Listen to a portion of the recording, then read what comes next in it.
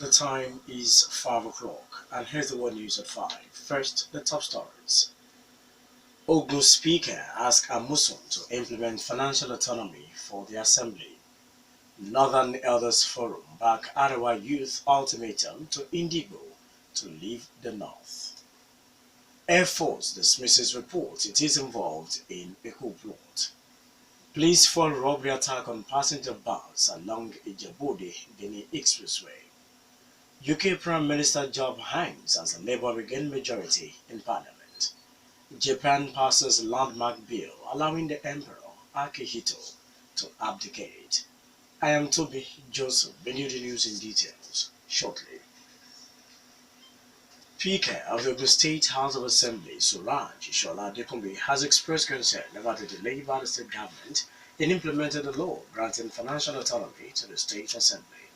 Adekunbi, who expressed the concern during the plenary to mark the second anniversary of the 8th legislature of the Assembly in Abeokuta, says the proposed financial autonomy will enable the House to receive a status reallocation as a first-line charge from the Consolidated Revenue Fund. He explains that the non-implementation of the financial autonomy law signed by the former governor, Gbenga Daniel, in November 2003 is affecting the legislative activities in the Assembly as an independent arm of government. The Assembly in the last 2 years passed 10 bills, including 8 executive bills and 2 private bills, while 8 bills are still pending before the State House of Assembly. Also, 126 motions were moved, out of which 118 resolutions were passed during the same period under review. Nasarawa state government has threatened to introduce a no-work, no-pay policy against the public sector workers who are on strike. The workers embarked on a strike to protest unpaid salaries of the months of February and March this year.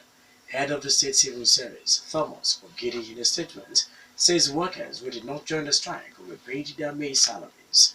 Permanent secretaries and accounting officers of the ministries, departments, and agencies have been directed to begin the payment of the May salaries. Chairman of the State Council of the Nigerian Labour Congress, NLC, Ahmed Nabi, asked the striking workers to ignore the threat. Northern Elders Forum has declared its support for the coalition of the Northern Youth Groups, which gave all Indigo living in the North a 3-month ultimatum to leave the region. The forum says it is disappointed by the calls by the Northern State Governors Forum for the arrest of the coalition leaders, while the Southeast leaders and governors back the pro-Biafra agitation.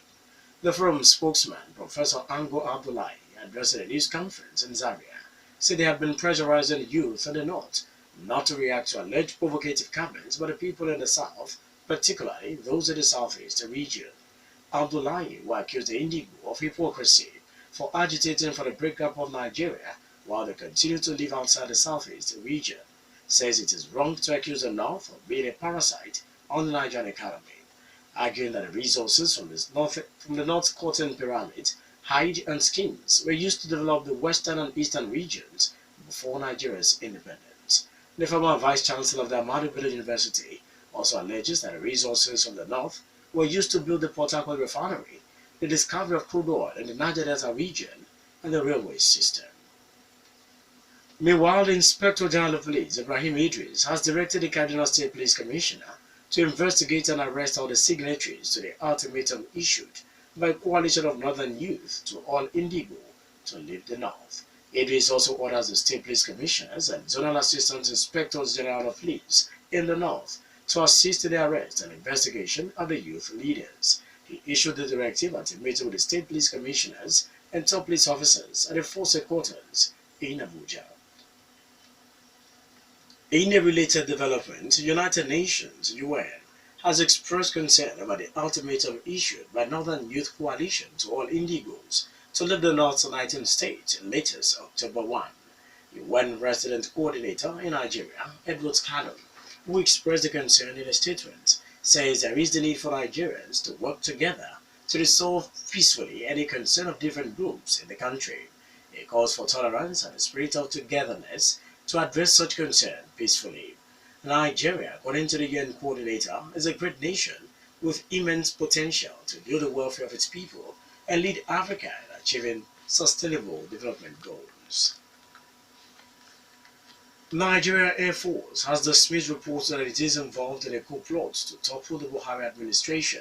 The Air Force, in a statement by its spokesman, Air Commodore Olatokunbo Adesoya, says it is worried that some individuals with unknown intentions are bent on further spread of the malicious stories that it is plotting a coup. It urges those behind the news to stop distracting its officers who are sacrificing on a daily basis to defend the country against external aggressors. Air Force says it is highly professional and a political service which believes in democratic values manifested in the leading role it played in protecting democracy recently in the Gambia. Police officers from the Ogun State Police Command have killed two members of the armed robbery gang terrorizing motorists and passengers along the Jabudi-Ore Benin Expressway. The robbers were shot dead during a gun duel with officers of the anti-robbery squad attached to the Ogbere, Ijebu Divisional Police Headquarters in the early hours of Thursday at the J4 junction in the Ogbere axis of the expressway. Other members of the gang escaped, while some of them with gunshot injuries. Spokesman of the State Police Command, Abimbola Oyeyemi, who made this known at a news briefing in Ogbere, says before the police intervention, the robbers had successfully robbed passengers of a 34-seater bus belonging to Chisco Investment, numbered AAA 649XN, of their money and other valuables. Oyeyemi listed some of the items recovered from the robbery gang as including 3 pump-action rifles, 2 locally made pistols, 166,000 naira in cash, and a machete. Other items displayed by the police were recovered items the robbers stole from the passengers. You're still listening to the World News at 5 on Rock City 101.9 FM. Up next, we bring you foreign, business, and sport news. Please stay with us. Britain's Conservatives have lost their majority in a snap general election that has resulted in a hung parliament. With just a handful of seats left to declare, Thursday's poll shows gains for the opposition Labour Party. This is seen as a humiliation for Prime Minister Theresa May, who chose to call the election to try to strengthen her hand in talks with the EU on Brexit. Labour leader Jeremy Corbyn urged her to resign, but she said her party will ensure stability in the UK. A total of 650 Westminster MPs are being elected, with about 45.8 million people entitled to vote. A party needs 326 seats to have an overall majority.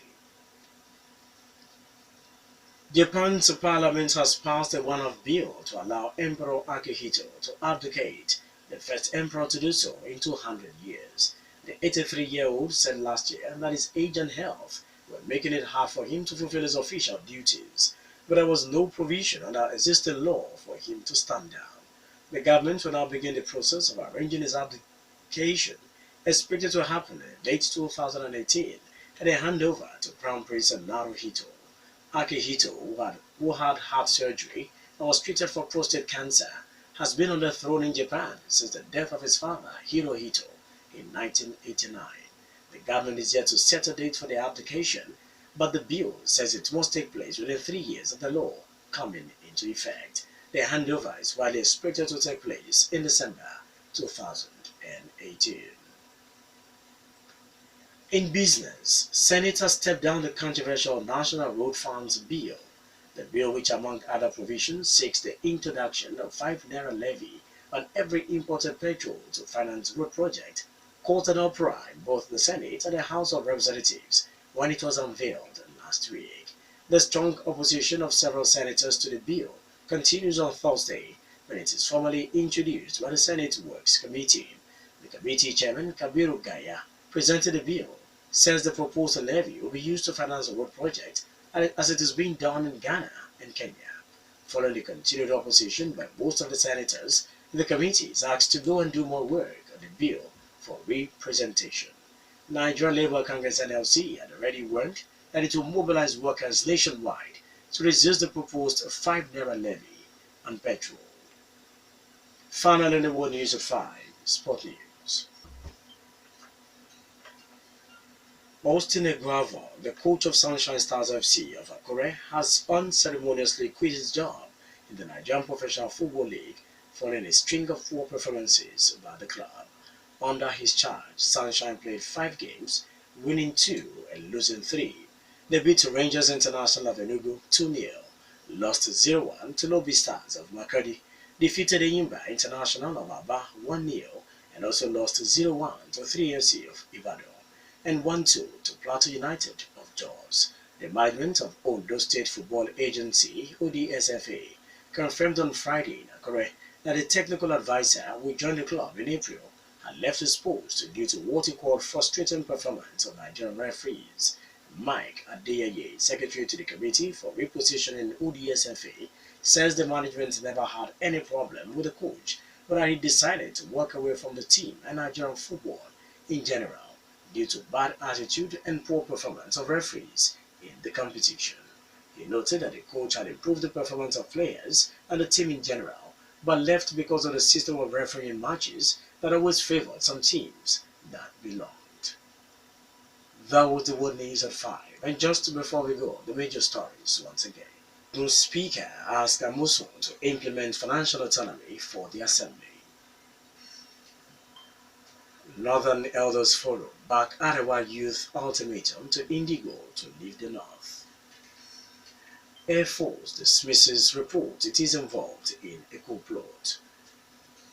Police foiled the armed robbery attack on a bus on the Djibouti-Benin Expressway.